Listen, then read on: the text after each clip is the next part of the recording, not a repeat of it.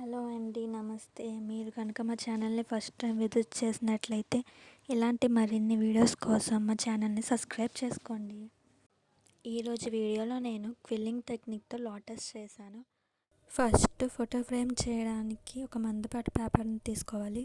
Example botany sheet. నేనైతే reuse చేద్దామని పెళ్లి కార్డ్ తీసుకున్నా. వీడియోలో చూపినట్లు 4 వైపుల స్కేల్తో 1 లేదా 1/2 ఇంచులను 4 భాగాలుగా తీసుకొని దాన్ని కట్ చేసి లాస్ట్గా స్కేల్తో ఫోల్డ్ చేస్తే ఫోటో ఫ్రేమ్ వస్తుంది. క్విల్లింగ్ చేయడానికి కలర్ పేపర్ స్ట్రిప్స్ అనేవి అవసరం. ఒకవేళ లేకపోతే ఒక కలర్ పేపర్ తీసుకొని దాన్ని సెంటీమీటర్గా కొలిచి స్కేల్తో గీసాక కత్తెరతో కట్ చేయండి. ఈ స్ట్రిప్స్ అనేవి ఎంత చిన్నగా వస్తే అంత మంచిది. నేనైతే 1/2 సెంటీమీటర్ తీసుకున్నాను.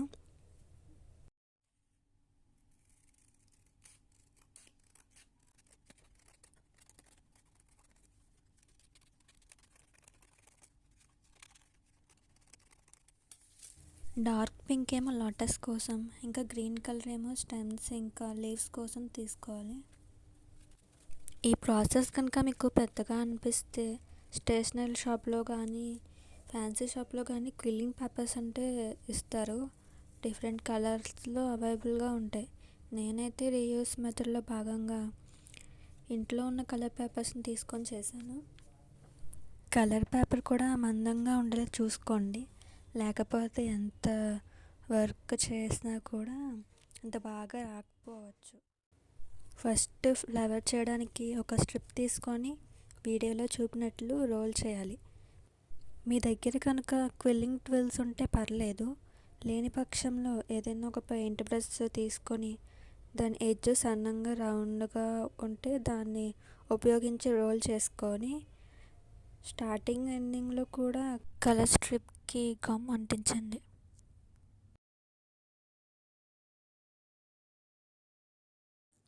క్విల్లింగ్ అనేది కొందరు ర్యాండమ్గా కనిపిస్తే చూస్తారు, మరికొందరు ఇంట్రెస్ట్ వెతికి మరి చూస్తారు. చూడడానికి ఈజీగా ఉన్న చేయడం మటుకి చాలా పేషెన్స్ కావాలి. ఎందుకు ఇలా అంటున్నానంటే కలర్ పేపర్స్ కదా, చేసేటప్పుడు చినిగిపోవచ్చు. చిన్న చిన్న ముక్కలు అతికించడం చాలా కష్టం అవుతుంది.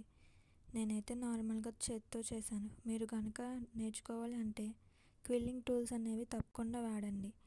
చిన్న చిన్నవిగా నీట్గా తయారు చేయడానికైనా సరైన ప్లేస్లో అంటించడానికైనా క్విల్లింగ్ టూల్స్ అనేవి ఉపయోగపడతాయి.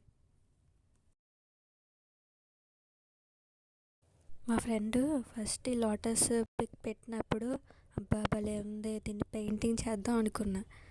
కానీ కొంచెం డిఫరెంట్గా ఉండాలని చెప్పి ఇలా క్విల్లింగ్ టెక్నిక్తో ట్రై చేశాను.